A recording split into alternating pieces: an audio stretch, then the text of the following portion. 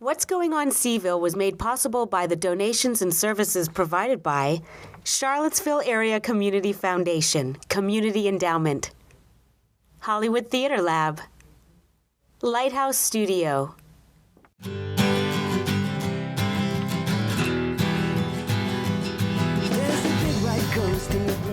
What's Going On Seaville? I'm your host, Lana Young. We have a fabulous show tonight. We have Susan Hess and Eboni Bugg from the Women's Initiative. They're here to tell us how they help women transform challenging life situations into opportunities for renewed well-being and personal growth. Who couldn't use a bit of that? Welcome to the show, ladies. Thank you. So, Women's Initiative. Sue Hess, you're the executive director. Eboni Bugg, you are a therapist, one of the amazing group of therapists that you have at the organization. I'm interested to hear what the initiative is about in your words, Sue. Okay, well, I would say primarily we are promoting mental health in women, and we all, I think, can identify with getting into tough situations, tough places, getting stuck. And so we're there to lend a hand. And we talk about that in terms of effective counseling, social support, and education. So kind of three arms of what we do. But I like to think of it as sisters helping sisters. I love that. So why just women? For the male viewers out there, they might be saying, well, we need support too. Why just women? Well, I think, first of all, it was a place to start. And women are often much more open to seeking help. And women are often the conduit to their families and to their spouses. So, yeah, we agree that men need help as well. And we are starting to branch out and do some family work. And we do some couples work, but we are primarily focused at this point as a way to start somewhere. Yeah, no, that's wonderful. With women. Yeah. I'm going to read a quote off of your website because I thought it was so beautifully worded. It's the vision. It's your vision. We believe every woman has a natural capacity for healing that once uncovered and directed results in better mental and physical health. We believe it is critical to address each woman's unique emotional, physical, and spiritual needs. That's beautiful. It sounds like a very welcoming place to come for some difficult times, for some challenges. What are some reasons that women don't come in? I think I've been asked this question a lot recently as I've done outreach for the Jefferson School City Center satellite office that we're creating now as we speak. And I think that oftentimes we take it for granted that the things that we're going through in our life are just the way that it is or the way that it has to be. I think that certainly there's stigma about mental health issues, but I think oftentimes, especially women, assume that this is just what our life is like and it's hard and we have to keep through it. So, at the new satellite office, we're going to be having a group called Joy is a Right. And that's been, I think, my mantra for the space that we're building there, because I think that we often forget that joy is something that we're all entitled to, and that's definitely a message that I want to put forth. That is a wonderful thing. I love that word, joy. We do need to, you're bringing joy back. Right? Yes, I'm bringing joy back. Justin Timberlake or whatever his name is. You're bringing joy back. Okay, I'd like to add to that too, because I think women do get stuck in their confusion and their isolation. So when you feel bad, when you feel depressed, when you're dealing with addictions, when you're dealing with trauma, it's isolating and lonely. And so at those times, it is hard to reach out. Yeah. And there's your hand reaching out. Hopefully. Yeah. That's what we want to do, yeah. Well, I'm going to skip ahead a little bit because you mentioned the Jefferson School satellite office. So Correct. Just start with where you are now, your main office, and then tell us a little bit about how that ties in with everything that's going on at the new space at Jefferson School. Okay. You want to talk about the main office? Well, where we are now, 5 years ago, we started in a little house that Martha Jefferson Hospital provided for us, right next to them. And now we're just a little further down the street, and we do have a very welcoming, warm space. That's what visitors say about our space. It was a doctor's office, but we've transformed it, so it's not sterile. It's warm. We have 8 staff members there, and 2 more that are in satellites. We have 1 at the free clinic, and then we have Eboni just starting at the Jefferson School. So we are a rapidly growing program. We are one of the very few programs offering what we do. So that's exciting because 5 years now, right? 5 years you've been a little over going 5 years. and serviced, helped and supported over 4,000 women. Absolutely. I mean, congratulations. That is really amazing. And then now this new satellite office. Yes, so we've had a wonderful relationship with Martha Jefferson Hospital, and when the Jefferson School was in development, they procured some space there and offered us a satellite office. So we have 2 offices there on a waiting area, and we'll be able to provide individual counseling, group counseling, workshops, and that type of thing. And the uniqueness of the location is that we're really reaching out and providing outreach to the communities surrounding the Jefferson School, which are traditionally African American neighborhoods, who were, many of the members were either displaced due to urban renewal or continue to experience sort of the after effects of a segregated Charlottesville. And so the Jefferson School City Center is, I think, going to be a place of healing for the community overall. And I'm looking forward to our agency being a unique piece of that and offering health and wellness for the women of our community. That's fantastic. And the families. One of our workshops will be on making healthy choices. We are looking at obesity prevention because it's such a big problem with our kids and our adults. And so the health component of that will be a variety of ways to make healthy choices in our life, because we know our bodies and our minds and our spirits are all very connected. Do you ever find that that people that have come in for support have been very shy about opening up with some of those problems or accepting that that might be their reality? Sometimes. I think that as a therapist, our job first and foremost is to build a relationship. And so I appreciate this opportunity to be in front of the community so that they can see a familiar face. And when they walk in the door, it isn't new. And I think that that's one of the benefits of the Jefferson School program, is that I have the space to be in the community and to visit the neighborhoods and to build programs that are client-based, so that we're not just imposing something, we're not creating the client's reality, they're bringing their reality and we're responding to it. Yeah, that's wonderful. Now you have a really cool software that tracks how would you word it? It tracks their growth or their evolution through your services. My Outcomes. It's called My Outcomes. My Outcomes. Yeah. I love that. I love that technology is helping with all of this stuff. So what kind of data have you gotten from that? What type of results?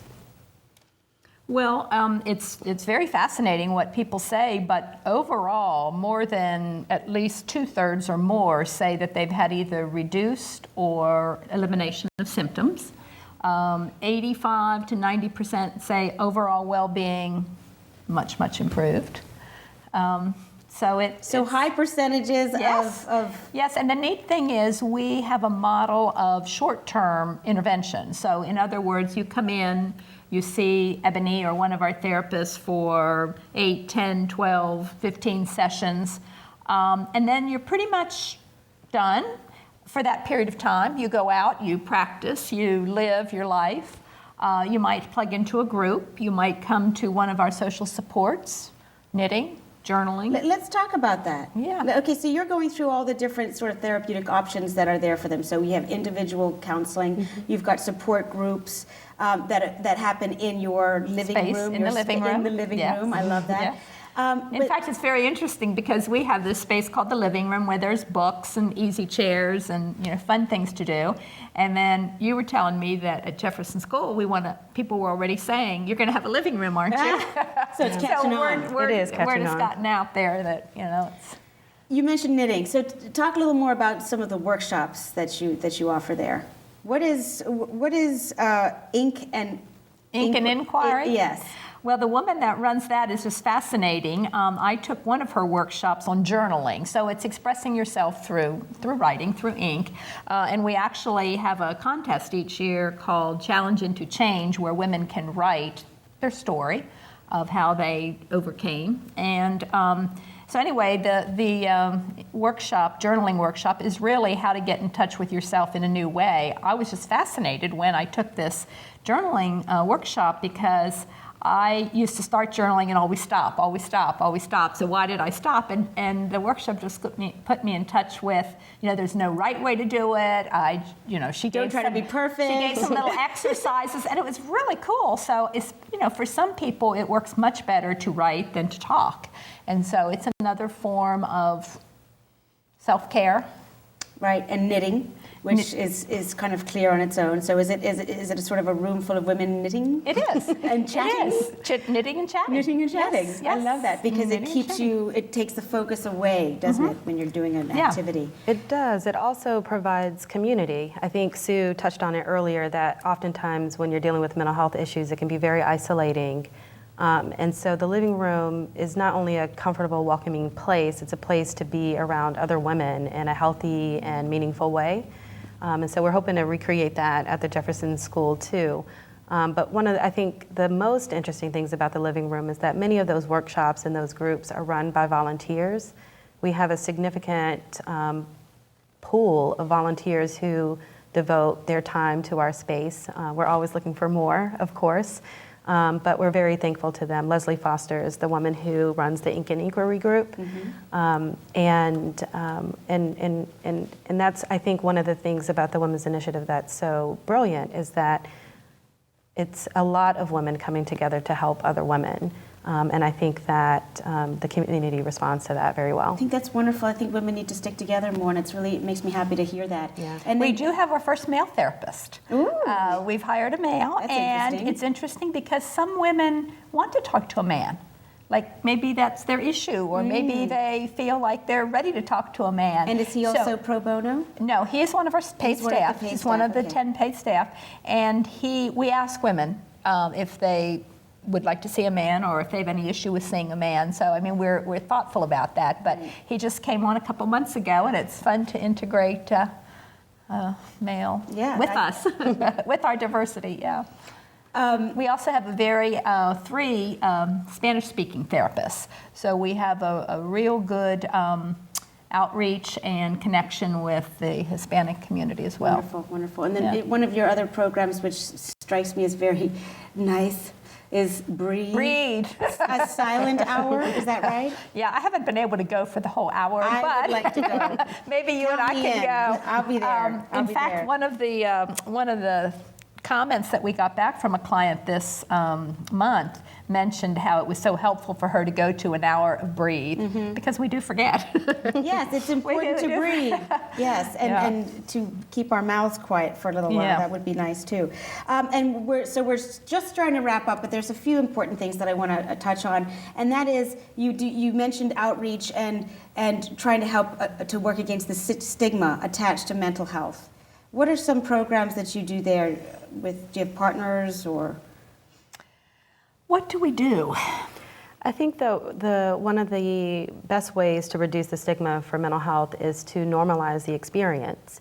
And I think that when women walk in our doors, they see other women just like them from all walks of life. And I think that this is an example of demonstrating that we all come to challenges and change in our lives, and at any point we can use a helping hand. And so I think, build very positive relationships with our clients, and I think that's where reducing the stigma starts.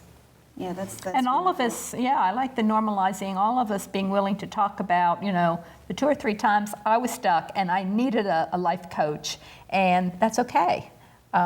And we share, I think, both ways like that. It's very liberating to admit flaws and challenges. It really is, and I'm glad that we're doing this show so that people can feel welcome to give themselves permission. like I've given myself permission to wrap up the show at the Women's Initiative new satellite office at the Jefferson School. Welcome. Here we are with Sue Hess. We've lost Eboni in our teleportation to this location, but I think that Sue can give us the website and the information to find the Women's Initiative information online. Yes, absolutely, thewomens'initiative.org, and we're very happy to have you visit us at our satellite clinic here. We have open hours Tuesday morning and Wednesday afternoon, but we will have someone here full time, so community, welcome and drop in. It's a beautiful space. I highly recommend you come in for a visit. And would you like to leave a word of wisdom or encouragement for our viewers today, Sue? A word of wisdom?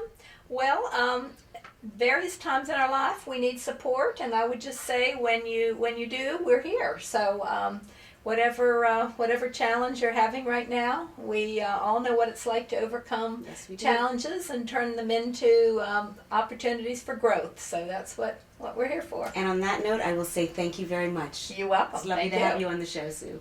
So thank you for watching another episode of What's Going On Seaville, and thank you for supporting Kids Making Television. And speaking of Kids Making Television, we have a special treat for you tonight. We have two of our Lighthouse crew members behind the camera, Will and Greg, and they are going to introduce one of their films that they made at the Lighthouse Studios. So Will and Greg, join me on the couch, please. Come on. Tell us a little bit about your film. We've got Will. Hello. And I can't say Grace, that would be funny. Will and Grace. Will and Greg. So guys, tell me about your film. What's it about? What's the angle? Well, it's primarily about the threats to Shenandoah National Park, so endangered species and invasive species of plants. And just sort of the effects of like human impact on the park and on particular species. There's like the one we focused on the most is the Shenandoah salamander, which is a salamander that lives, like, it's endemic, which means it lives only in one area in the world, and it's in Shenandoah National Park. And it lives high in the mountains, but as it's been getting hotter and hotter, every year it has to go higher and higher up the mountains, and it doesn't really have anywhere else to go now, so... Really? Yeah. So how did this come to your attention? Was this a project that someone approached you about, or is it a topic that interests you? Yeah, well, when we actually joined the project, it was already sort of underway in terms of production. So they were already like compiling interview footage from various people, and we sort of like selected some like key topics that we were gonna like punctuate on. And so we chose mainly threats to the park from that footage, yeah. What's it called? Shenandoah, yeah. And you two made it together? With the larger... Yeah, among other people. Yeah. Fantastic. Yeah. We did most of the finishing up, and we shot a fair amount of the footage, and Will edited most of it. Yeah. Yeah. Good. Well, I'm really looking forward to seeing it. Thank you for sharing it with us. So, everyone, enjoy Shenandoah. Thank you, Will. Thank you, Greg. I think something I love about national parks, and certainly Shenandoah is no different, is the sense of perspective. These mountains have been here, and they will be here. And so often we get caught up in our daily lives and in the stress of those things, and sometimes problems just seem so big. And when you take the time to go to a national park and sit on a rock wall and look at the view, that view has been there for millions and millions of years, and you get a sense of perspective, and that's one thing I just absolutely love about national parks. There are many threats to Shenandoah National Park right now. We're looking at invasive plants and unfortunately finding new ones every few years. So we have things called bittersweet and mile-a-minute weed, and these are things that are actually changing the ecosystem. So we go in, and while we may not ever be able to eradicate them, we are at least trying to hold them at bay. The environment here has evolved together since the last ice age. So whether it's microbes, mammals, birds, insects, plants, they've all evolved together. And to introduce something new into that system or take something that's already existing out has an impact throughout that system, beneficial or not. This is Tree of Heaven, Ailanthus. One way to tell it's ailanthus, can you smell that musty smell? Because it looks a lot like sumac, and anything that has this musty smell is ailanthus. And this is a problem because if you cut that, it will resprout. If you cut a big one, it will resprout hundreds of sprouts, so you literally have to cut it and spray the trunk to kill it. This is one called Oriental Bittersweet, another vine from Asia. This vine, we have cut some of these vines in this area that were 3 to 4 inches in diameter, 25 to 30 years old. This is a young one. It will wrap itself around the tree, cut off the nutrient flow to the tree, and eventually bring the tree down. One dead giveaway for this vine, when you pull it, you can see the orange roots. The roots are very bright orange on these.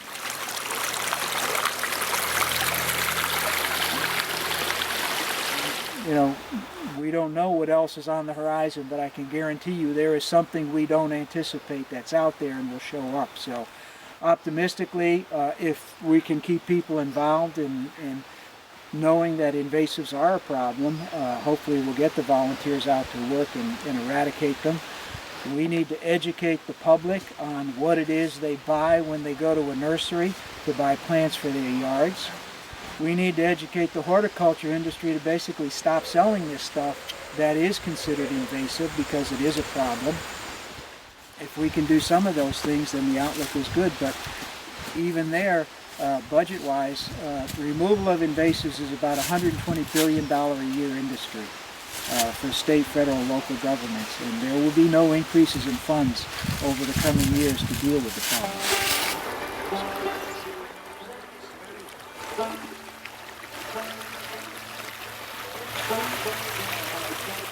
And we've had 2 investigations in the park, again, working with partners this time, again, with the Department of Game and Inland Fisheries. The last one we did was specific to bear gall and ginseng, so that's both plant and animal.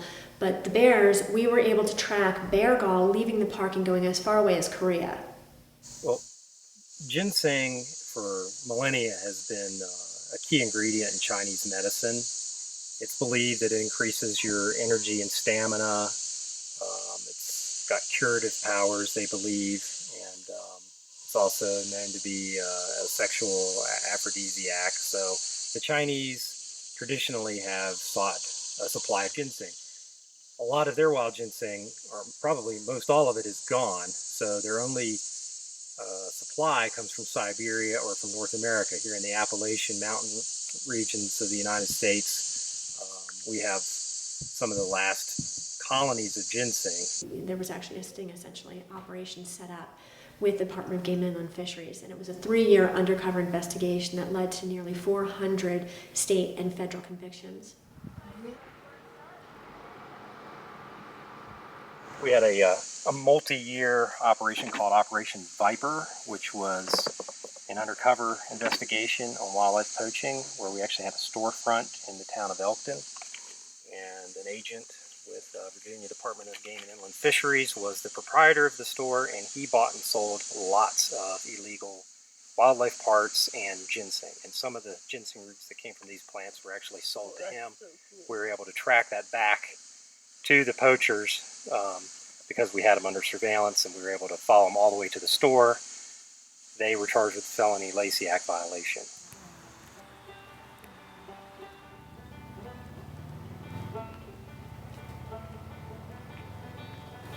Trees in the summer transpire moisture. That's in fact how the Blue Ridge got its name, because of the moisture the trees would transpire. Trees are big water circulating entities. They take it in at the roots, it goes up the trunk and goes out through the leaves. And that blue haze was gave the mountains their name. And high ozone levels cause the stomata in the leaves cells to shut down, and what that does is stop transpiration, stops photosynthesis, and the trees are stressed as a result. So high ozone has an impact on the trees. Heat has an impact on the trees and the plants here in the park. We don't think about plants suffering in the heat, but they do.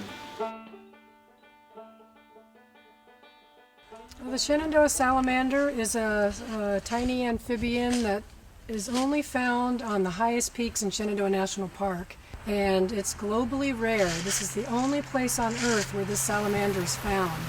So it's very special, and that's why it's given the name Shenandoah salamander, because this is its only home. Because the salamander lives in such a vulnerable position at the tops of the mountains, what's going to happen when the temperature rises? Will it be able to adapt to that change? What will happen to the humidity levels? If we have extreme drought conditions, will it get to the point where it can't tolerate the decrease in moisture? The Shenandoah salamander, which is our endangered species, is found only on the western slope of 3 of the peaks here in the park. And it's already at peak elevation, so it can't go any higher. So as the climate warms and as the redback salamander moves into more of its territory, we stand a good chance of losing the Shenandoah salamander, which just is not as competitive for whatever the reasons are. One other thing I think that's really important about national parks is its ability to connect people not only to nature, and so many of us are so removed from nature. Taking that time to stop and look at and watch an insect crawl across a rock. We don't generally take that time and being able to make that connection, but it's also about making connections with our friends and family. And I can tell you about the special times I've been here with my kids. But my son and I have done a few hikes together, and it's just the 2 of us. And really being able to just be the 2 of us together, it gives us that time alone, away from equipment, away from the television, and to be able to just talk about anything, about what we're seeing, but also about our lives. And there aren't a lot of places that give you that committed time to connect with your friends and family.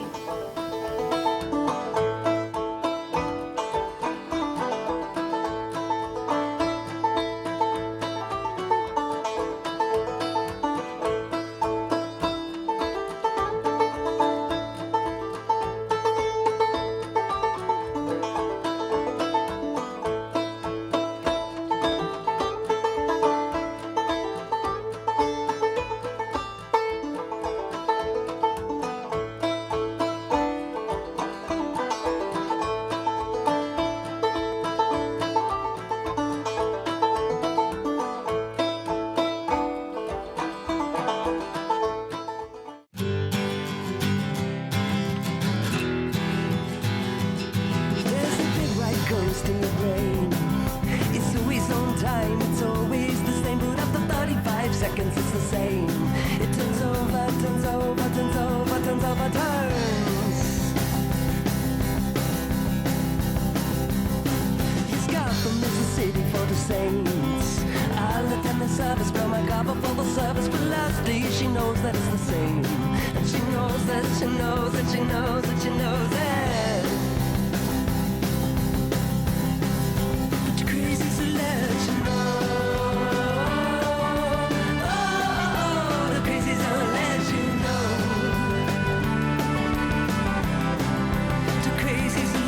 What's Going on Seaville was made possible by the donations and services provided by Charlottesville Area Community Foundation, Community Endowment, Hollywood Theater Lab, Lighthouse Studio, City for the saints. I'll attend the service, girl, my God, before the service, but lastly she knows that it's the same. And she knows that she knows that she knows that she knows that.